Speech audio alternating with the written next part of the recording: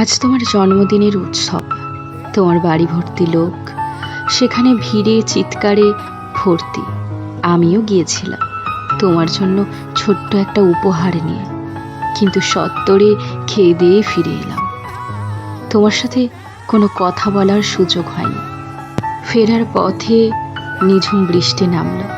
নিঝুম বৃষ্টিতে তোমাকে পাশে পেলাম না বলে একাই ভিজলাম ক্ষণিক ধরে। সত্যি, লেখক বলেই আজ মুখ খুলতে পারলাম লেখার মাধ্যমে। বাড়ি এসে হোয়াটসঅ্যাপের চত্বরে তোমায় মেসেজ দিলাম, দেখলাম তোমার কোনো উত্তর আসেনি।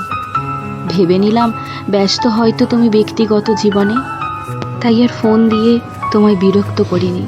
নিজের মনে মনে কল্পনা করে নিলাম তোমায় নতুন মানুষের সাথে। যে রাস্তায় তোমায় হাঁটতে দেখেছি, যেন শালুক ফুলের জলসা তুমি। কিভাবে টুক করে ফুটে ওঠো, আবার কিভাবেই আপনা আপনিই বন্ধ হয়ে যাও।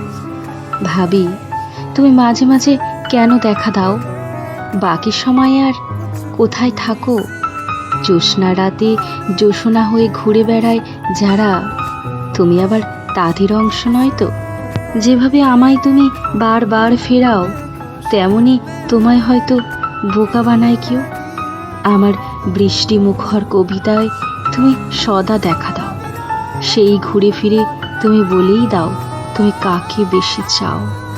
এভাবে মাঝে মাঝে এসে শুষ্ক বাতাসে হঠাৎ কাকেই তুমি দেখা দিয়ে যাও।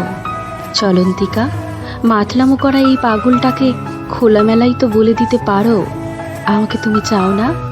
অবন্তিকা, তবু একটি বারের মতো আমাকে দেখা দিয়ে চাও।